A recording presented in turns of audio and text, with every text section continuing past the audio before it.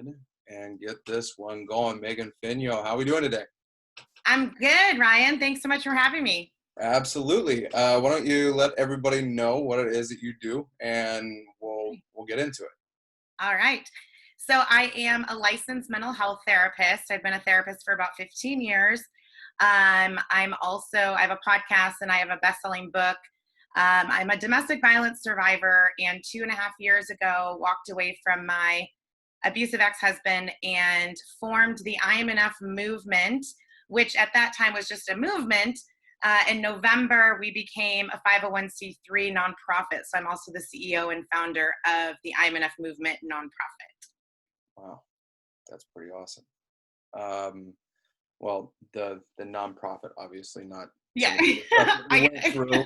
Yeah. But before we get into more of like what you're doing now, like I'd like to learn some more about you. Where are you from originally? I am originally from Michigan. Mm. Yes, good old Michigan. I lived there for 33 years and was a therapist for about 10 years before I made the decision to commission as an officer in the Air Force. Okay. And that's how I got to California. I was stationed at Travis Air Force Base, and provided mental health and substance abuse treatment to active duty and veterans starting in 2012. So that's what got me to California. Gotcha. What made you want to get into the mental health side of things? Well, I grew up in a very, what I quote, dysfunctional family. And I also have a learning disability, and life was just always tough for me. And I just have this heart to want to help people. I always say it comes from my grandma and my dad. And I've just been blessed for this heart to wanting to like help people and go above and beyond to make a difference in people's lives. And I've been in my own therapy throughout my life. And so I know how important mental health therapy is. So I was just blessed. I was actually a CPS worker for 10 years before, and then I was also doing therapy on the side, and then left CPS work to do therapy full time. So I've been very lucky since, like, professionally, I've been lucky. Personally, not so much, but professionally, I've just been very blessed in my career. Gotcha. Yeah, it's yeah, that's a long time focus in one field. Yes. Yeah. What have you noticed over the years with the approach to mental health that has either changed for the better or something that you wish could improve? Well, I think I'll never forget, because I got my undergrad degree in social work. And so I remember, I'm 41, so I remember when I got my degree, my parents were like, "What is social work?" Because that wasn't even on the map. And Mm, back then and even before then, like, mental health has always had this negative connotation to it. yep. And I feel like as time has gotten on, more people have become comfortable in talking about their struggles with whether it be depression, anxiety, trauma, abuse. And so I think that although I still think that there's somewhat of a stigma with mental health, I definitely believe over the years it has gotten more talked about. There's Mental Health Awareness Week, there's Mental Health Awareness Month. So I think that the more people talk about it and make it real to people, I think that the more awareness and the more treatment and funding and all of that stuff is just going to continue to improve. Yeah, for sure. Um, yeah, I feel like it's to a point where we can't really ignore mental health anymore, Right. and it's a trend that, like you said, it's been going on for a while now, but as of late, it seems like it's starting to ramp up a lot more, which I think is a good thing. We need it. Yeah, definitely. And I think, like I said, the more we talk about it, the more I think that there's definitely not enough funding in the world and services available for all the people that need it. And I still think, from my own experience, when I stepped out and told the world like what I was going through, Mhm. I was able to see how people were like, "Thank you for sharing this. This is what I'm struggling with." And I think the more people that, I always say, like, boldly stand in their story and share their struggles, like, that's what it's about. It's about sharing our stories to help others. And I think the more people do that, the more it's just gonna help in the world of mental health. So Absolutely. How long were you in this last relationship? So I moved to California when I was 33. Left everything I knew to join the Air Force. As an officer, I was clueless as what I was doing, and so I definitely was not looking for a husband. But lo and behold, there he showed up. He was there, and everything progressed really quickly. And within 11 months, we were married. And within 6 months after we got married, he kicked me out of our house. So our marriage lasted 2.5 years. He kicked me out, asked for me back, filed for divorce 4 times, pulled the papers 4 times, had an affair. And during that process, I did not realize that I was in this abusive, narcissistic marriage. And so when the divorce was final, he actually finally went through the divorce. I was so traumatized that I stayed committed to him for 2 years after that. So he was in my life a total of 6 years, but we were married for 2.5. Wow. Therein lies the importance of the mental health side of things. Yes. Wow. Yes, I literally had no idea. And I was, seeing patients and dealing with my own trauma. And I just put this face on that no one really knew except for the close people what was going on. And even at that, like, he was so good at people like just falling in love with him. Like, everyone loved him, and like, he's very smart, but he's very good at manipulation and all of these things. And so I felt like I was doing something wrong in the marriage. I felt like it was all my fault. He was just love bombing me and gaslighting me and all of these things. And literally, I felt like I was not good enough. I lost every sense of myself. I created that story in my head that I wasn't good enough for him, but it affected every area of my life, where I started questioning if I was a good therapist, if I was a good friend, if, all of these things. And I lost every sense of who I was. And from the minute we got married, 2013, until I walked away in 2018. Wow. Wow. Yeah. That's so.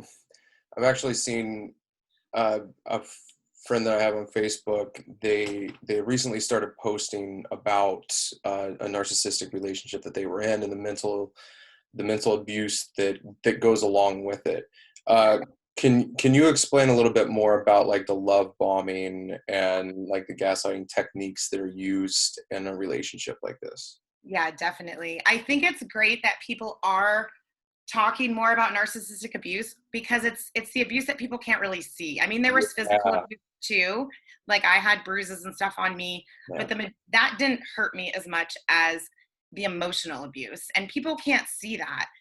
And so the big thing, it's kind of like the same thing as the cycle of abuse. So like, you start where this person loves you like no other. I mean, we had a beautiful wedding in Napa, a beautiful home. We went on all of these trips.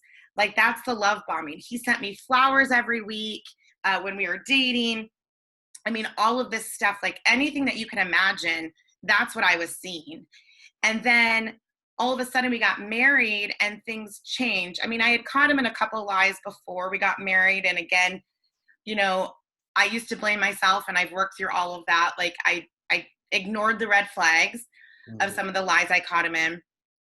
But the gaslighting is what was just horrible. So that's kind of like where they discard you and then they ask for you back. And so they're like literally talking about you to people that you love, to their friends and family, where literally people think, well, I don't know if they think, but I thought that they thought that I was crazy, that I was the one causing all of these Wow. problems, because like, the gaslighting is where they tell you blatant lies, where they take no responsibility for anything. Like, I would catch him in a lie and have proof, and he would be like, "You're crazy. Like, you're literally crazy." And all of your trust issues from childhood and all of that stuff, he would blame me. Oh, wow. He never, ever took responsibility to this day.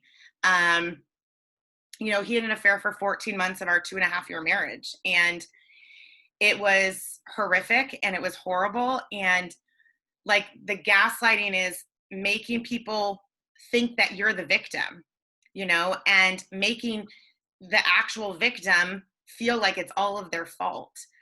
And so it's just crazy. And then like he would discard me, he'd throw me away. So like 6 months after we got married, he kicked me out of the house.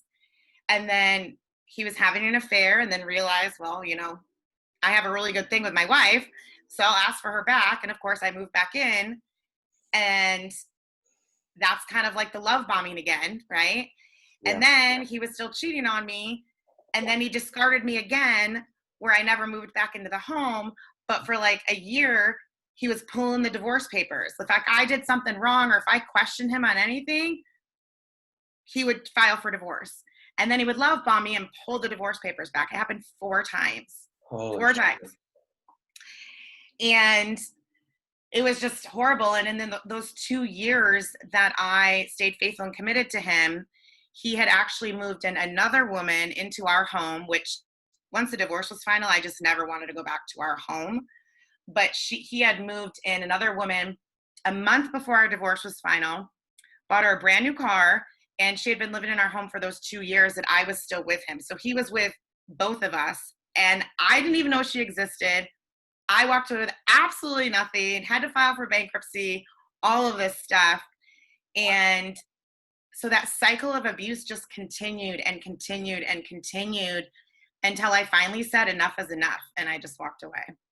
I mean, there was obviously some drama with that walking away, but that's what happened. Yeah.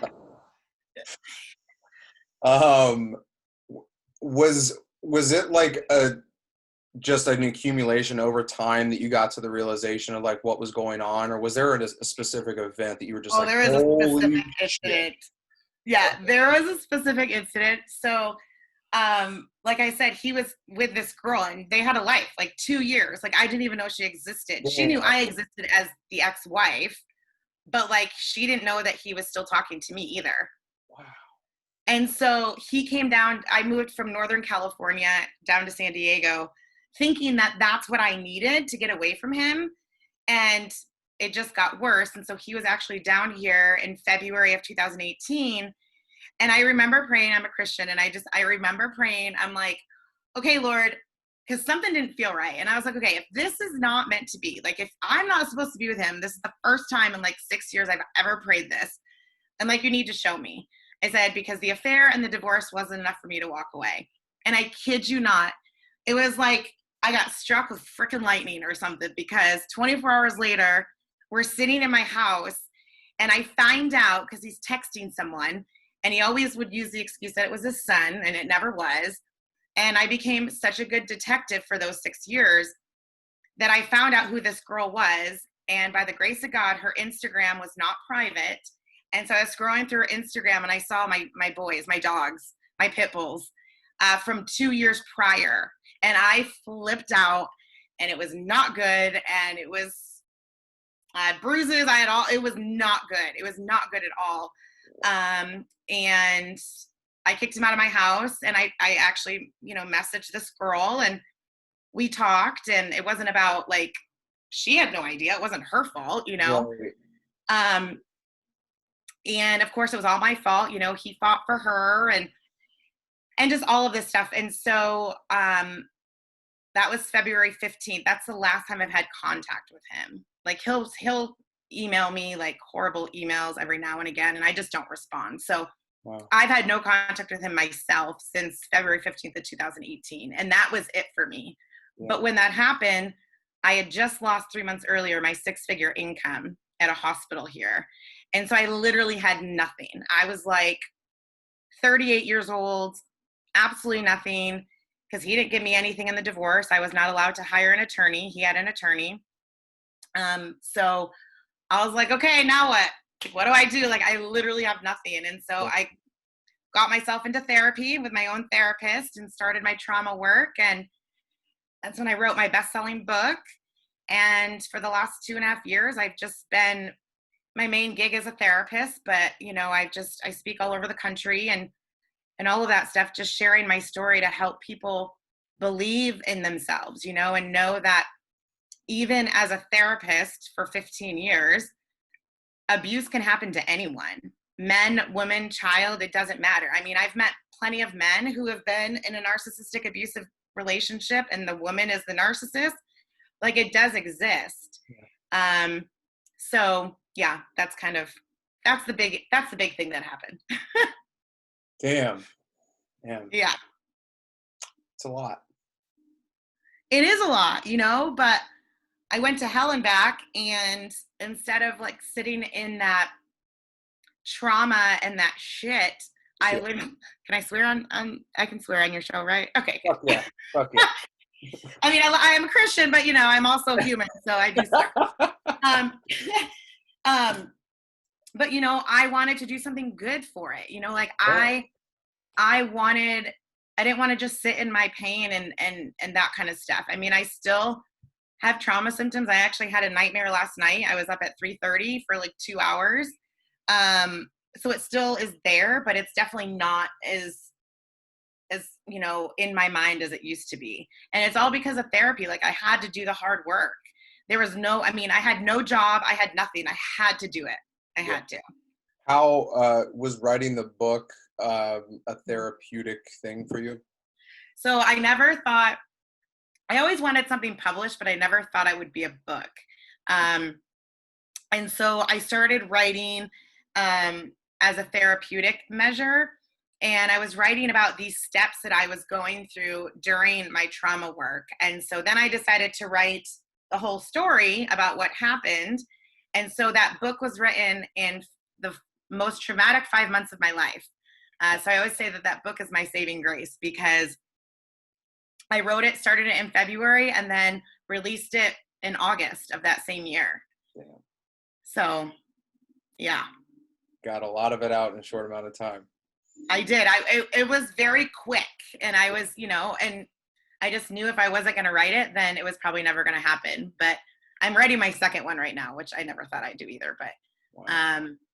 but yeah, so it just, once you do the work, you're able to move from that being stuck, like I like to say, into your strength. Yeah. You just never know what's going on behind closed doors with people, with anybody. Like, the more people I talk to in life, even those that I've known for a really long time, they'll be like, "Hey, remember back this was going on?" I'm like, "What? What are you talking about?" Like, we hide so much shit.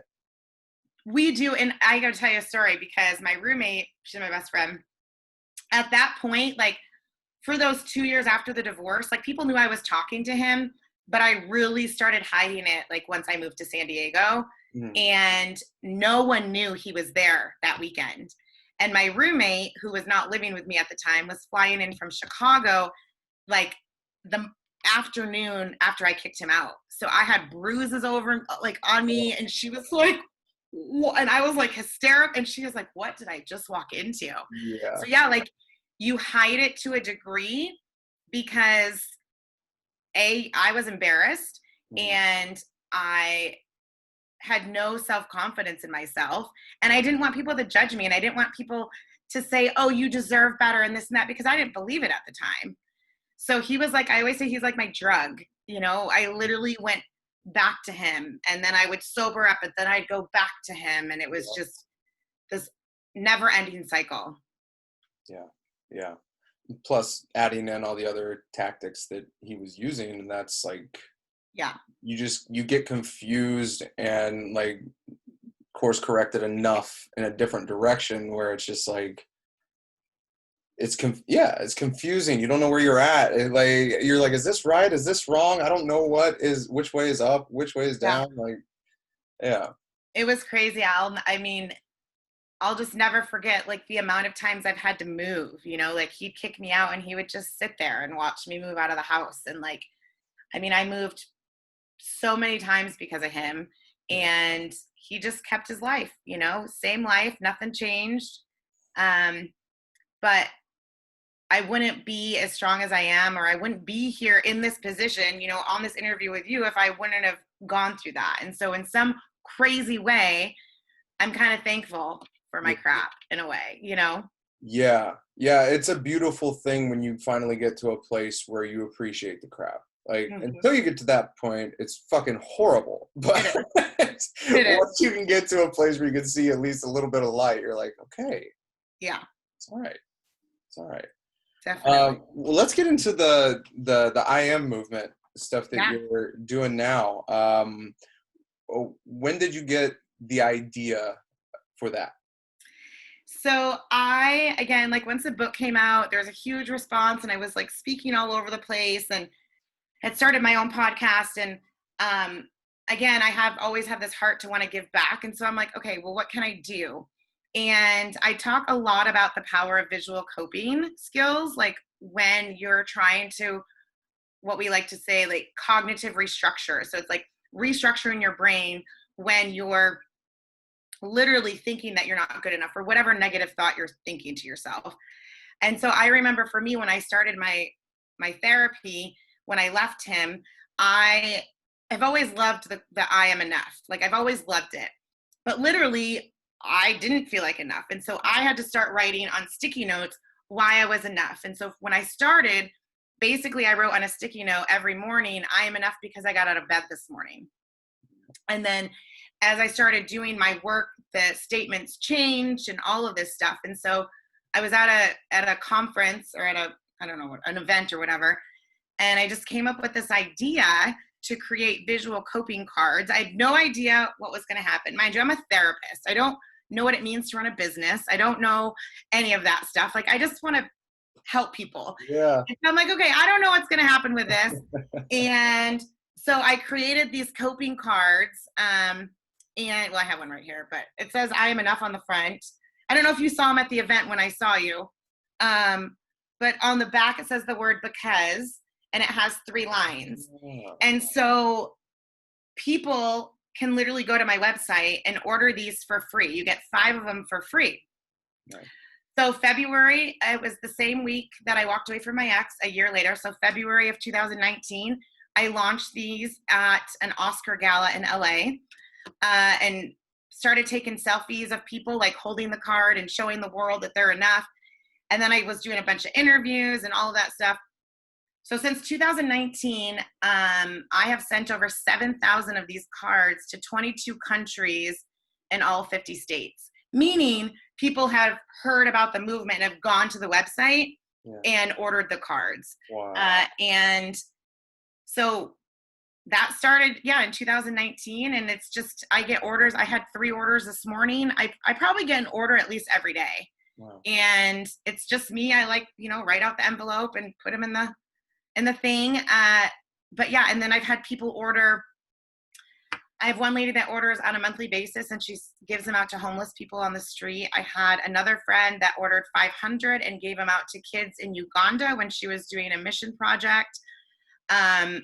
Schools have them. It's just a great way, because when you feel like you're not enough, sometimes you have to like look at what you write, because that's what's going to distract your mind, what you have written on here. So it's pretty cool. And then someone approached me back in September and was like, have you ever thought about making this into a nonprofit? And at that point I was stuck, because, I'm a therapist, and, I wanted to do more with the movement, but financially I couldn't. So I was stuck. And I'm like, oh my gosh, again, I am not a business person. If you would have told me 2 years ago that I was going to own a nonprofit, I would have like laughed in your face. Yeah. But so I took another leap of faith, and in September, we got our 501c3 status. So it's now the I'm Enough Movement nonprofit. Nice. And then in March, when quarantine hit, I spent time like developing my board of directors, and we made the decision to begin raising money so that we can build a domestic violence emergency shelter and transitional living home here in San Diego called Freedom Haven. So we're brand new, and we're just starting to raise money, but that is the big goal, is to one day open Freedom Haven in San Diego. That sounds fucking amazing. Just because of it's a place to go. Like what you're talking about, a lot of times in these situations where people are in relationships where they're in a space where they don't know what to do and they don't feel like they can talk to anybody. It's just like, what do you do?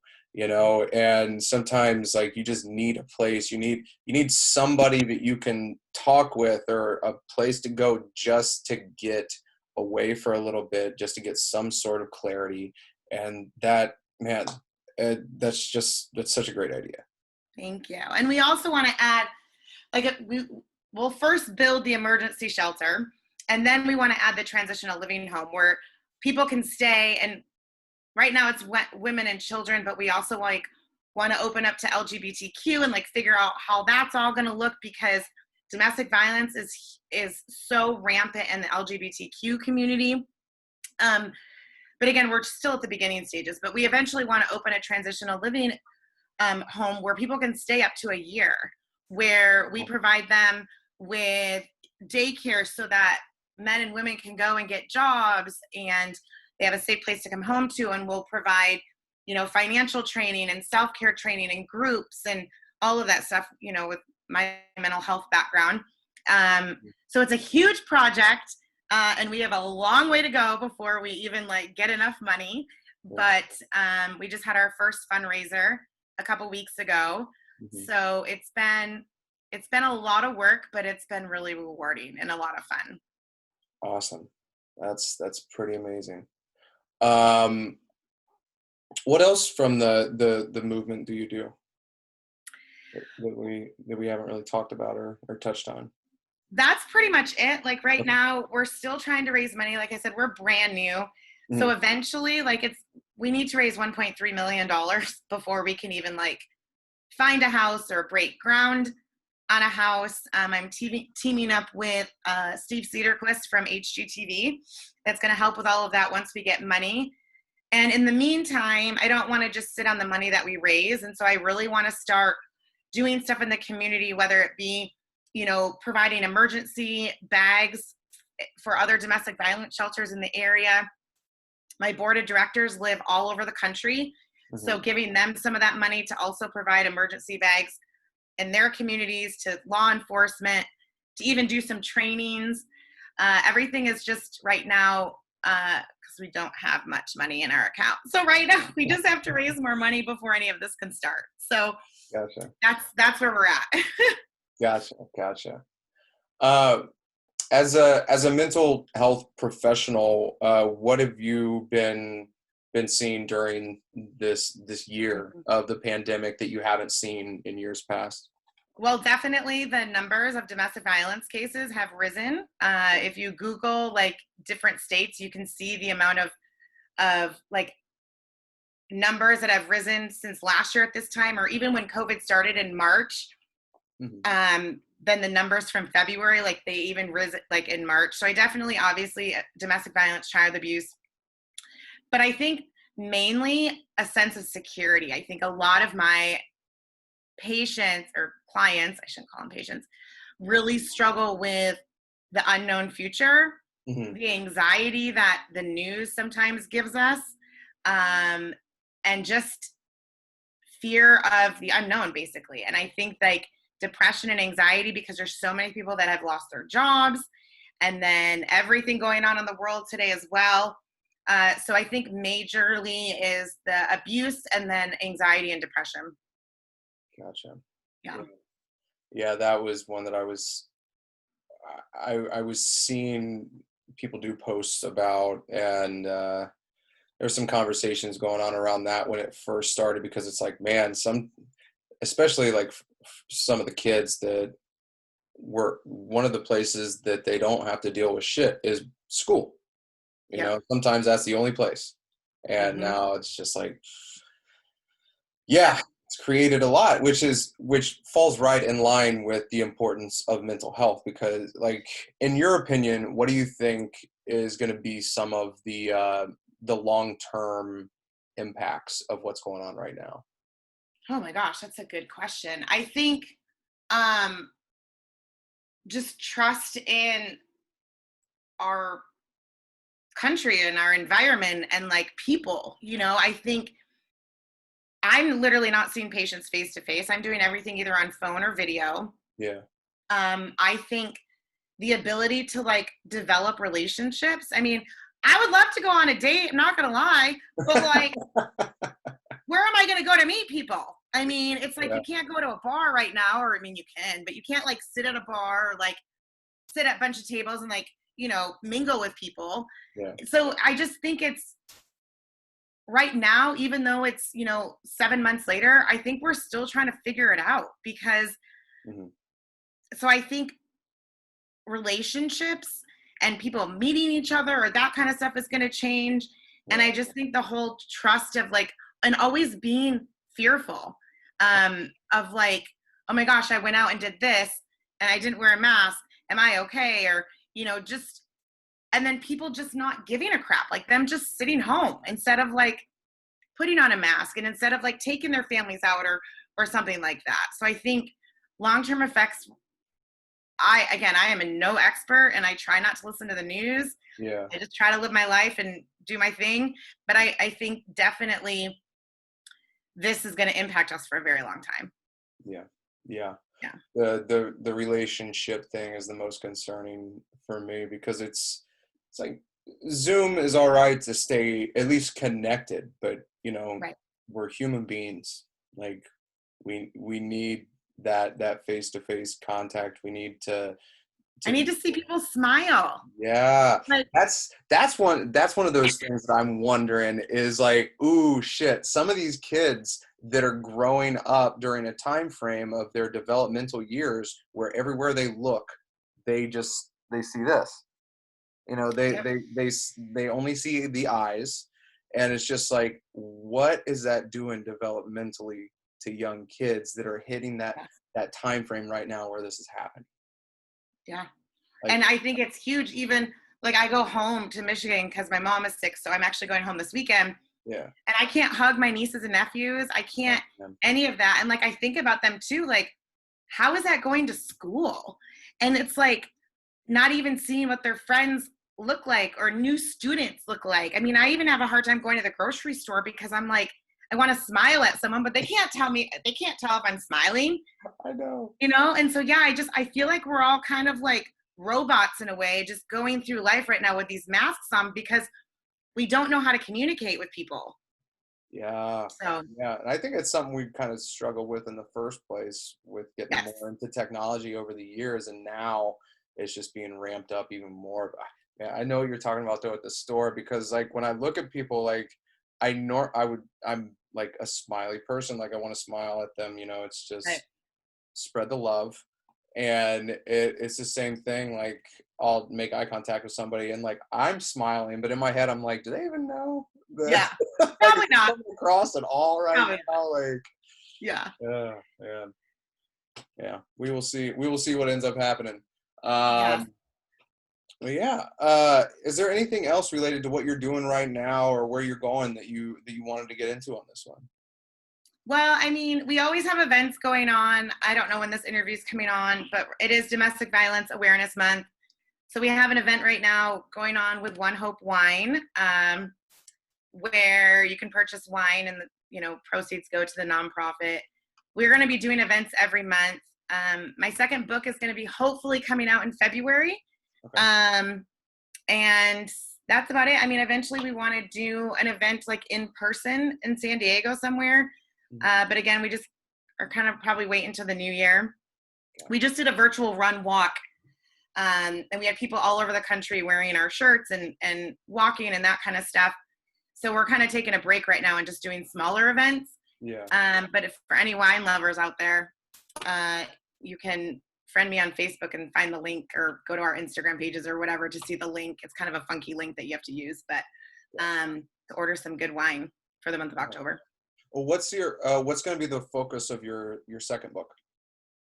So my first book is called You Are Enough, 5 Steps to Move from Struggle to Strength. And my second book is called You Are Perfectly Imperfect, 3 Steps to Unapologetically Owning Who You Are. Mm, And so my first book is like a step book in a way. yeah. And I wanted to make sure that my readers actually started working on themselves. And so at the end of each chapter, I pose a question with places to journal so people could start working on themselves. And I have a lot of patients that have actually worked through the book with me for their treatment, for their help. And one of the things that I realized I did not talk a lot about is the subject of acceptance. So one of the steps really talks about acceptance and what does that mean and how does that look in your life when something happens that you don't like. And then the rest of the book talks about forgiving yourself and really how to unapologetically own who you are. Like, how do you do that? Like, how do you just show the world who you are and not care what people think, you know? And honestly, like 2 years ago, I never would have gotten on this podcast without my hair and makeup done.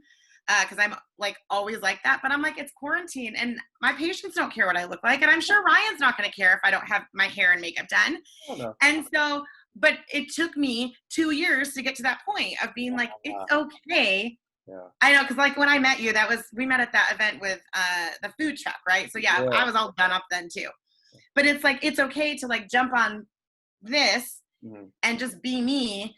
And so I really want people to understand how they can do that. And really, like, I'm not going to apologize for not having makeup and my hair done today. Yeah. Yeah. And you shouldn't have, like, and the fact that that exists is a major thing that affects a lot of people in a lot of different ways. You know, just the worrying about the judgment of other people.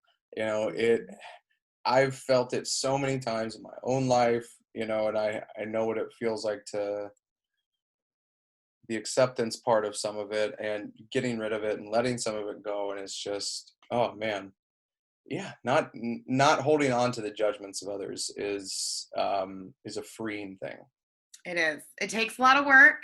Yes. And it's still something that I struggle with, you know, just because people know me kind of like San Diego area, LA, Michigan, whatever, as the I'm enough girl, right? Because that's kind of like my brand, I guess. Yeah. But I still struggle. There's days where I do not feel like I'm enough. And I never want people to think that I always have it together and that I'm, you know everything because I'm a therapist and have this nonprofit, because I'm a hot mess half the time. And I'm okay with that, you know? And I think that's what makes our nonprofit a little bit different than other people's, other nonprofits, is that everyone on my board has experienced some type of domestic violence and they are hot messes too. And they don't mind telling people that, and living their true life. And that's what I want in my life. I want people that are, either already living their truth or trying to live their truth and taking the steps to get there. So I know the more that you are authentic and real, the right people come into your life. So it takes work, but very much so. And that's refreshing as hell, because that's part of the reason why people are so fucked up about the whole judgment thing. Is all these years of trying to make everything perfect in TV, and it's like between each break we got to make sure their makeup is perfect, and we're going to edit this to make sure that it sounds exactly perfect, and the scene's got to be perfect, and it's like, who the fuck cares? Like, there is no perfection. There's not. And the minute someone can grasp that, everything changes. I mean, granted, believe me, there's times where I'm like, oh, I look fat, or, oh, like my hair's not blonde enough, or what, like I have those moments, but it doesn't control me. That's the difference. Yes. Is like, if I'm having like a fat day, I can be like, oh, I feel so fat today. But that's not going to control me for the rest of my life or the next week, right?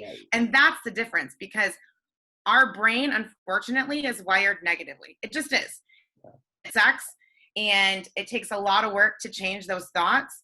But as long as you don't live there in that negativity, that's okay. I think that's what people think sometimes. They think it's got to be all or nothing. So if I'm going to have a negative day, well, then I'm just going to have a negative month and a negative year, right? Instead of just being like, I love the quote, it's not a bad life, it's just a bad day. Yeah. I always have to tell myself that. Because if I'm having a bad day, sometimes it's like, oh, this happened 6 months ago. This happened a year ago. My life is so horrible. When in fact, it's not. So. Yeah. if you're the Subtle Art of Not Giving a Fuck by Mark Yes. Manson. Yeah, Yeah. he talks about that like downward spiral that you can get in with, you stub your toe or you spill your coffee, and then all of a sudden your entire day is ruined, and it's like, whoa, off of Yeah. one little event, like what's going on there? It's what There's we something. call, there's a name for that. It's called the cognitive distortion, and Mm, there's many cognitive distortions, and that one is catastrophizing. yep. So it's the catastrophizing thinking, which is a cognitive distortion, and so you have to learn how to, like, Mm, you know, not go to that place. And so that's what I, teach people to do, is like, how do you not go to that place when you stub your toe and you're like, everything from the last 3 years comes up, you know? So yeah. yeah. Well, awesome. If people want to follow along on your Instagram, Facebook, check out your website and all that stuff, how can they find you? Well, I have a lot. I have 3 websites, but I'll give you two. Okay. So my personal one is just meganfenyoe.com. If you want to learn more about the movement, if you want to order your free cards, that is IamEnoughMovement.info. Okay. And then everything else is media is just Megan Fenyoe. We do have an I Am Enough Movement Facebook page. There is a movement Instagram page. I have 9 social media pages without a social media manager, mind you. Yeah. Well, So I do have to give you props though, because you were very understanding about my schedule. hey, Because I'm like, oh wait, I have a patient emergency, and then I'm like, oh wait, because I see patients like 9 to 4 Monday through yeah, Friday, and run this nonprofit and social media and all this stuff by myself. So it's a little crazy. So yeah, it's all good. I know stuff comes up, and I was just like, oh yeah, yeah, do your thing. Like we can reschedule. We can do. We'll yeah, figure it out. It'll get yeah, figured out. So, but yeah, I'll be sure to tag your plethora of accounts and everything in the in the awesome. post when I this know there's comes so out. much. Okay, cool, awesome. But yeah, we'll make it happen. Yeah. All right. Well, anything else before we wrap this one up for today? I think I'm good. I just appreciate you. I know we met briefly at that event, and I just Yeah. appreciate you coming up and asking to, for me to be on the show, and just allowing me to provide more, insight into the movement, into domestic violence, and for sharing my story. I just appreciate you. For sure. Well, I appreciate you as well for bringing this to light because it really is helping a lot of people that don't think there's much help out there for Yes. them. So, Yes. thank you for doing what you do. Thank And you. we're going to get out of here, people. Hope you enjoyed it. Bye. See ya.